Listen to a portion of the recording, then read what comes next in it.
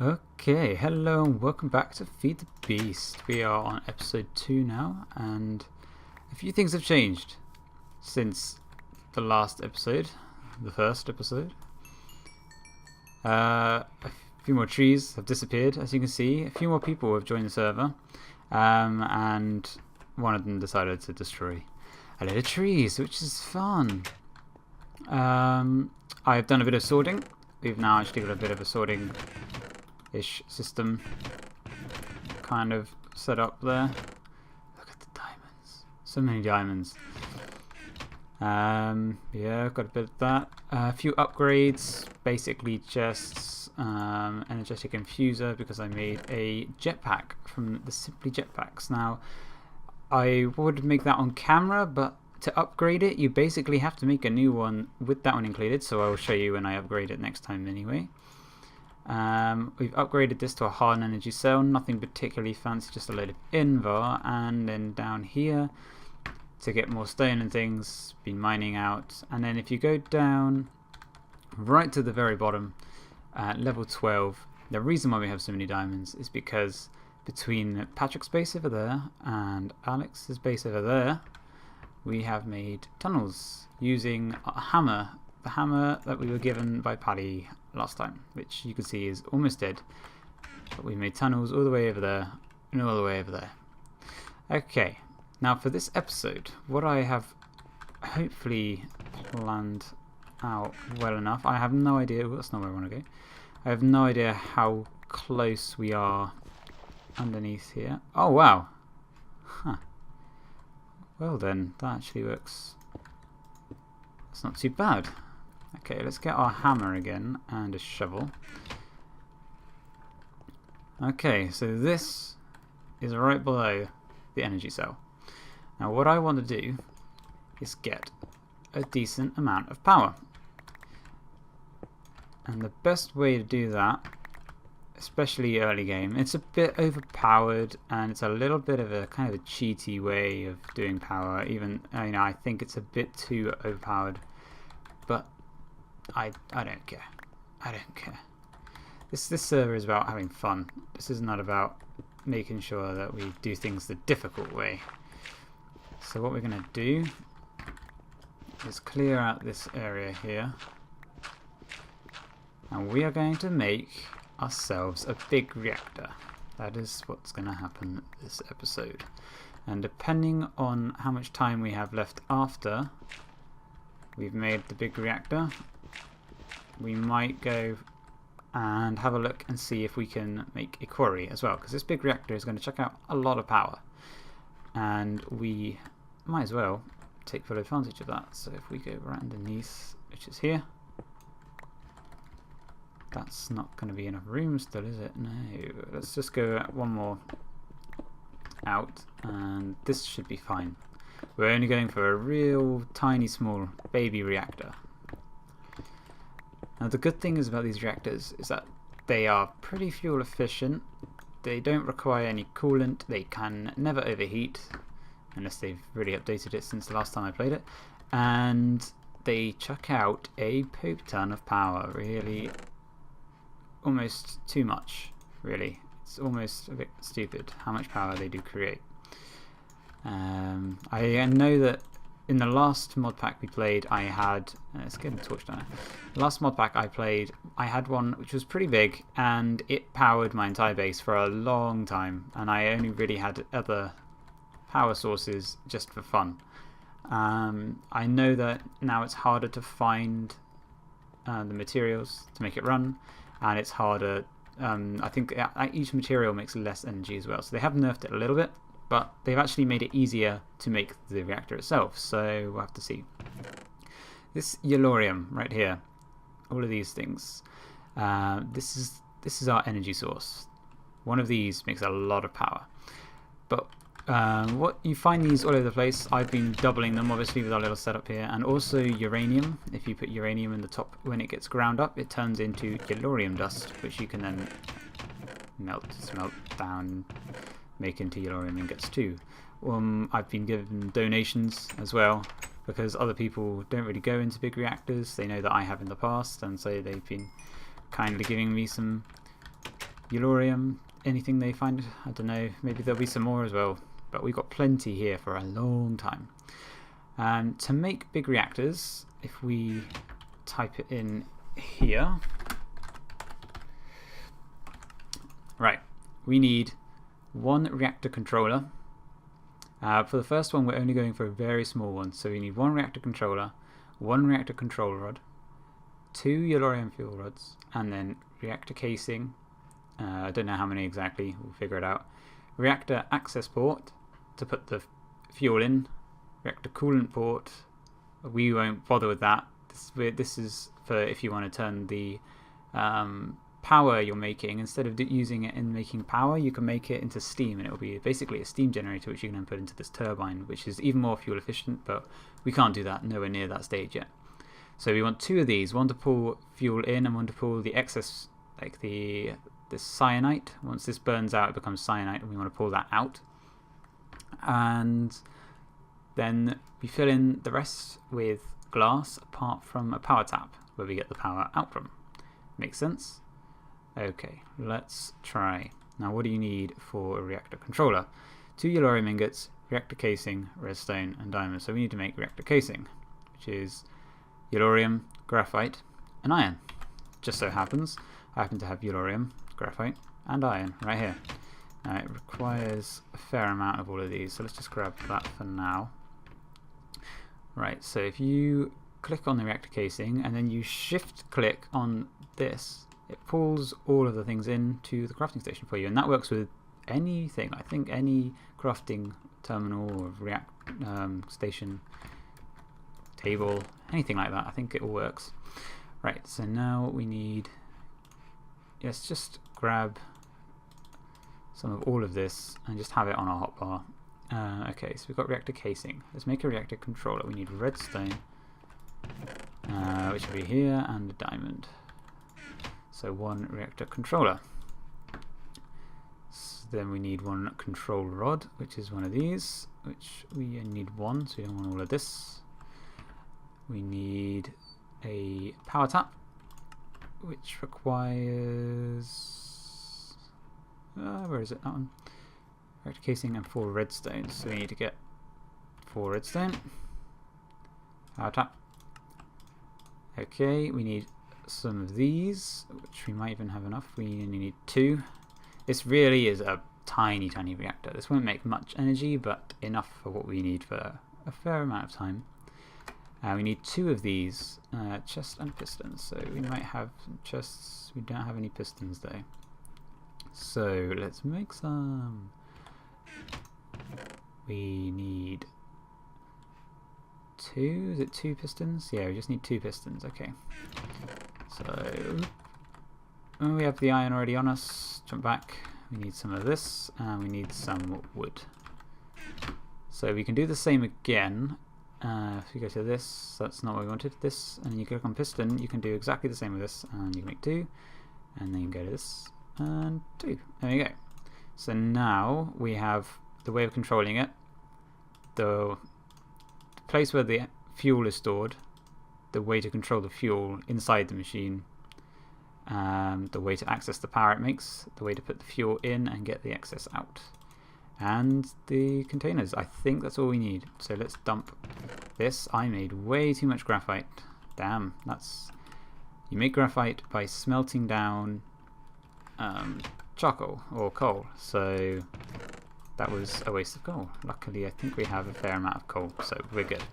Right, let's go and plan this out.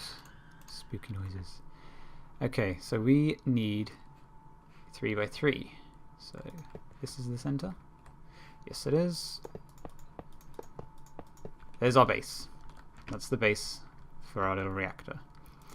And then we want that, not that, and I didn't bring a pick, which is really very clever of me. Let's go grab one quickly.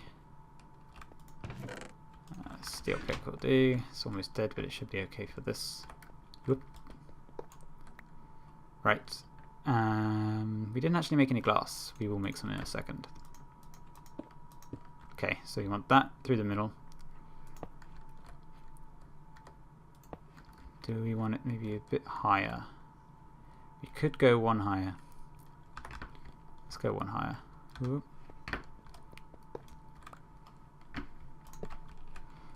Place these around here, like that.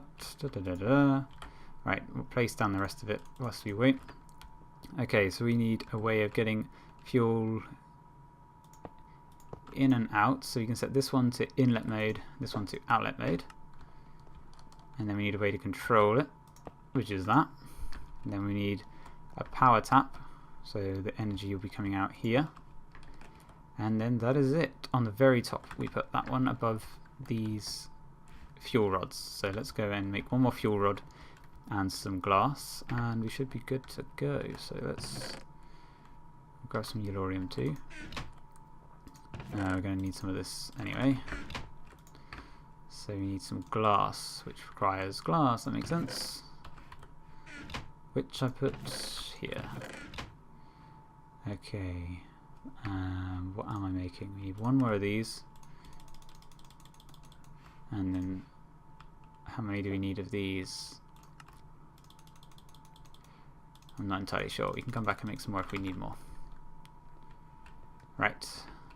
Whoop. Okay, so reactor glass here and here. Here, here and here. There and there. There. And this one there. Is that what we want? Yes, I believe so. Let's do this. Okay, so now you put this all the way around the top. We're not going to be able to get out of here. That's fine, we can manage it. And then you put that one there. And then because this block is here, it'll be stopping it from creating a multi-part. And there we have it. Put that one back. One baby reactor. There we go. Now, usually there are ways of making this really efficient, making sure that it's not too hot, not too cold, just right. We will get into that, but at the moment, because it is just so small and we're going to be using so little power, it's really not all that worth it. So if we come over here and put in one Yellorium ingot, you'll see it appears in the middle. It's here, and it's turned off at the moment. We activate reactor, and it starts making energy. Hooray! And there you go. You can see how quickly it's making energy, and it's not particularly fast, but for early game, that's really good. And what this does is this will burn off the fuel, and then it will leave an excess. I'm not sure, but I think it's 1/10 of an ingot for each ingot of cyanite. So for each ingot of Yellorium, you get 1/10 of cyanite. So after 10 have burnt out, you get 1 ingot of cyanite up here. And you have to pull them out, otherwise it will just clog up the middle. What this means, as you can probably see, is you have to balance this and this so that the heat is being pulled. Is it pulled out? High heat reactors fuel. Yeah, you want to heat the casing. You want the casing to be as hot as possible, with these in the middle, the fuel rods, to be as cool as possible in order to get the best efficiency. And the best way to do that is, unfortunately, you just can't do it with one this small. But when it's a larger one, if we had made this a 5x5, you would have enough room around between the casing and the fuel rod to put in blocks of metal. And that will transfer the heat across. And all different metals, all different blocks have different transfer rates and different efficiencies. So that's something you have to keep in mind when you're planning a big one. I like to use gold normally because I have tons of gold and it's not really all that useful. Now, there are controls which you can add onto the back of this. It's using the redstone port, the one we've been looking at. I think it's the redstone port. Yeah, I think it's the redstone port, this one here, which we might go into. It's not really that difficult. And then you can use just redstone control back here. And if you have two, you can make it so it outputs a signal. This is what I usually do. It's not particularly clever. It's just useful. That when it gets near full of energy, it shuts itself down to a really low tick over. And when it gets really, like, let's say it's over 75%, it shuts itself down, and so it's just on tick over, just making a little bit of energy until it gets below 75%, then it turns itself back on. And you find that it just slowly sits there, just bobbing up and down below 75%, just looking after itself. And you can come and check it and make sure. And there are actual computer programs and things you can use, and I'm not very good with the whole computer stuff, so you'd have to see if you can get one off the internet. I'm sure you can, and that will help you control these things. But they're very, very useful, really good, and we're making tons of power. So the next stage after this is to get the power out of the reactor. Now this is the tap back here.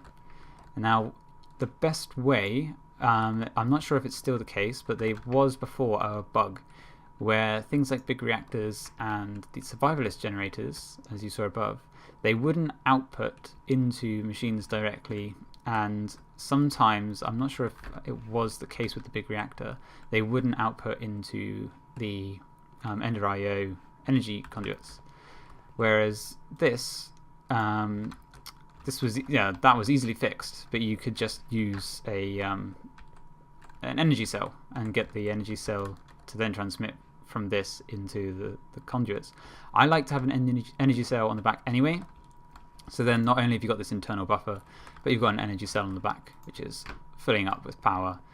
So what we're going to do is we're going to put on the back of here an energy cell, and then we will run a cable from the energy cell up and into that hole we've made above, and it will go up into the energy cell above that, and that'll help keep our machines going. And then we'll run another one off if we need to wherever else we need power. So let's go and find the energy cell. So let's type in, we want the better one than what we've got there. So we want hardened, where is it? Okay, we want hardened energy cell. So you need a less than energy cell with 4 invar. Not very difficult. Luckily we already have some less than energy cells, which I prepared earlier. And then 4 of these. That's an energy cell in the middle. 4 of them are an energy cell. Perfect. Let me come down here.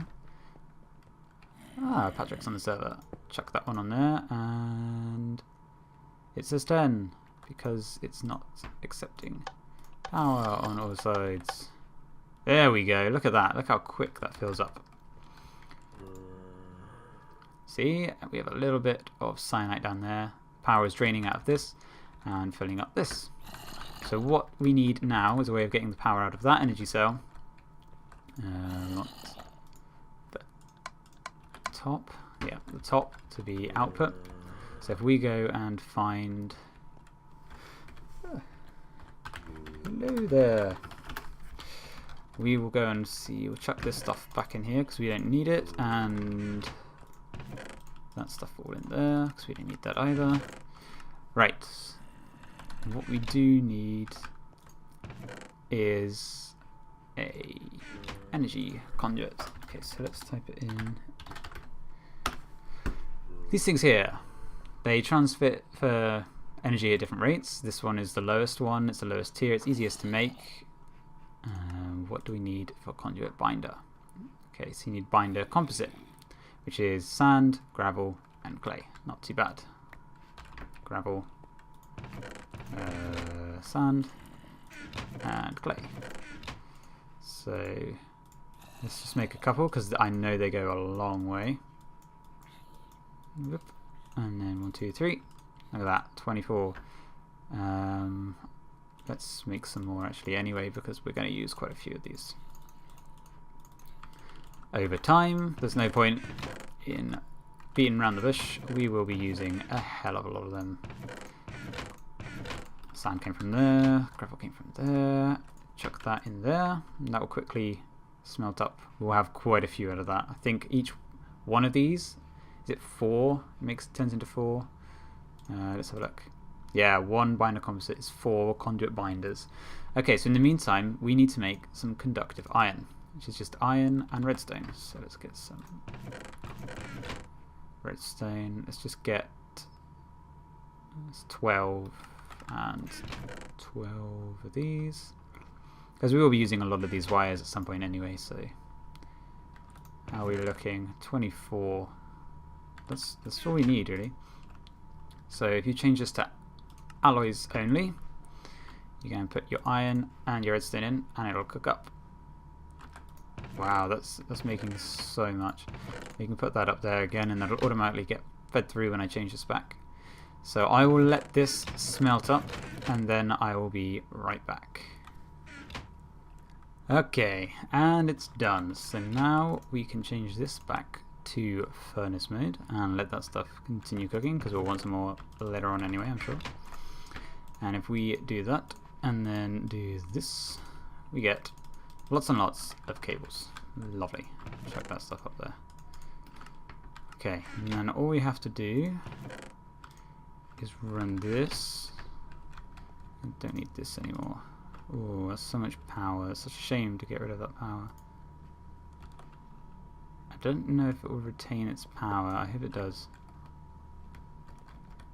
Let's put that there and see. Yes, it retained its power. Perfect. Okay. So what we're going to do now is run a cable like that. So that should connect up lovely. And then we come down here and realize we didn't plan ahead very well at all. That's fine. Using the cables and to get my way up. Perfect.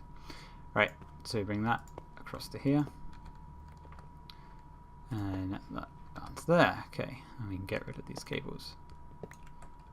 Okay, so now this should theoretically be powered. I'll put a bit more Yellorium in there. Hopefully this will now power our machines upstairs. We're not going to bother with our survivalist generators anymore. They were kind of just a very basic early game setup. So we're going to remove the coal from them and let them drain their power.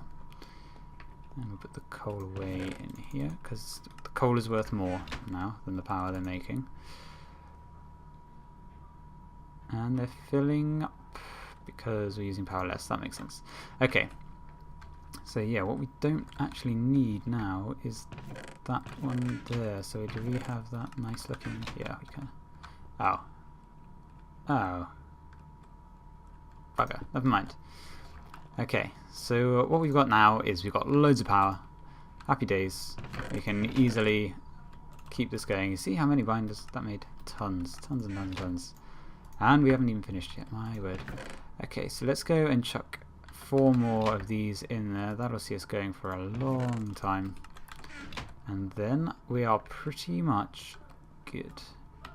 One thing I did forget to mention about this is with the reactor ports over here, you can control the thing on the top, the scientific name for it,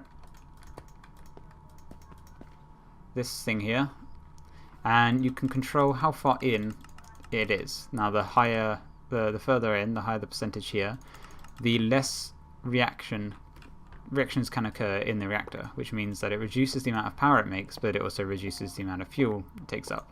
That is what I'm saying when I'm turning it down in percentage. That is why it goes down to tick over when it goes over 75. I get it, so that pushes in further. That is that.